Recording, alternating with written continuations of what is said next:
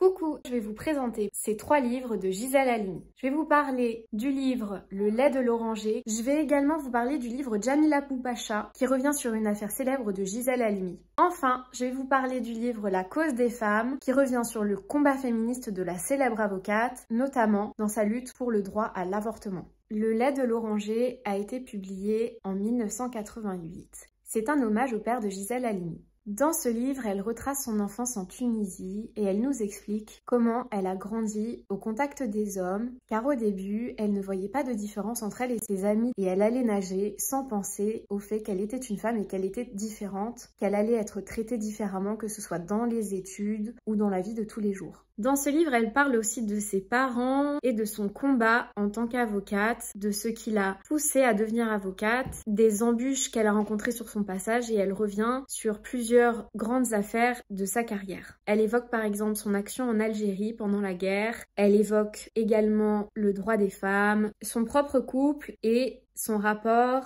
à la maternité. Je vais vous lire quelques citations. Elle explique qu'elle lisait trop, c'était évident, et ses livres faisaient d'elle une révoltée. Ce texte est une ode à la liberté et au fait qu'elle s'est battue pour obtenir la sienne. Dans ce livre, elle évoque également le protectorat en Tunisie et elle explique que lors de ses 11 ans éclata la grande répression le 9 avril 1938. Des mitraillettes tirées dans les rues, le sang coula notamment à la Zitouna où plusieurs étudiants furent abattus. Elle a ces mots notamment sur le protectorat ou sur la colonisation. Dans la bouche d'un colon, le mot indigène s'identifiait à lui tout seul au rejet. Elle parle de son rapport à la littérature et elle a ces mots « Ce pays que j'avais construit en moi à partir de mes lectures, de mes images, de mes fantasmes, me devenait terre et lumière. J'allais m'y intégrer, m'y fondre avec volupté. » Sur le féminisme et la sororité, elle a ces mots « Celle qui a la chance de lire, d'écrire, et qui n'aide pas les autres, trahit. » Sur la justice, il y a cette citation. « La justice peut devenir broyeuse, détruire jusqu'au noyau irréductible d'humanité que chacun porte en soi. Qui, sinon l'avocat, se dressera pour dire qu'il n'est pas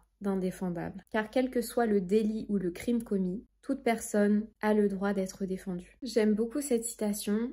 Le monde mettait dichotomie. Il y a une réelle dichotomie entre ce que l'avocate observe des êtres humains et de l'humanité et la difficulté de défendre la liberté et la dignité des êtres humains. Elle parle notamment de la torture en Algérie et des Algériens qu'elle a défendus, notamment Djamila Boupacha et sa famille. Voici ma citation préférée de Gisèle Halimi. « Réfléchis mon homme à tes masques virils et à leur inconfort. Certains jours, certaines nuits. » Elle montre ainsi le conditionnement de certains hommes et le coût de la virilité pour la société. Sur l'égalité, elle a ces mots « L'égalité ne prend son sens humaniste, féministe, que dans la suppression de la hiérarchie et non par la disparition de nos différences. » Ce qui est très clair dans son rapport au féminisme, c'est qu'elle parle d'humanisme et non pas uniquement de féminisme. Elle explique qu'il existe des différences entre les hommes et les femmes, mais qu'il est important de supprimer toute forme de domination. Voilà pour ce livre, je vous recommande chaudement cette lecture car il m'en a appris beaucoup sur Gisèle Halimi, son rapport au féminisme, sa famille, son combat, son engagement, la guerre d'Algérie, le droit à la défense et à la liberté.